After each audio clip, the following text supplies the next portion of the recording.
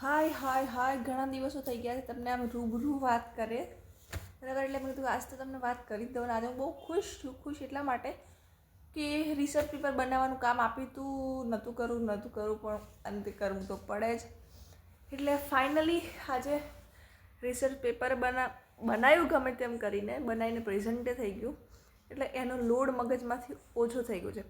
આપણને એવું લાગે કે ભલે આપણે કશું કામ કરવાનું છે પણ આપણે કરતા નથી, તો આપણને એવું લાગે કે જ્યારે આપણે કામ કરીએ ને ત્યારે જ આપણે મગજને જોર આપીએ છીએ, પણ મગજમાં એ કામનું નોંધાયેલું હોવું એ આપણને મગજને લોડ આપે છે. ખબર? હવે મને આમ એટલી શાંતિ લાગે છે, એટલી ખુશી થાય છે ને કે જાણે આટલા દિવસથી તો હું જીવતી જ નથી. ધારો કે રોજ હું મારા રૂમમાં રહું છું તો મને એવું લાગે છે કે આજ તો મારો રૂમ કંઈક નવો છે. ખરેખર બહુ મજા આવે છે મને.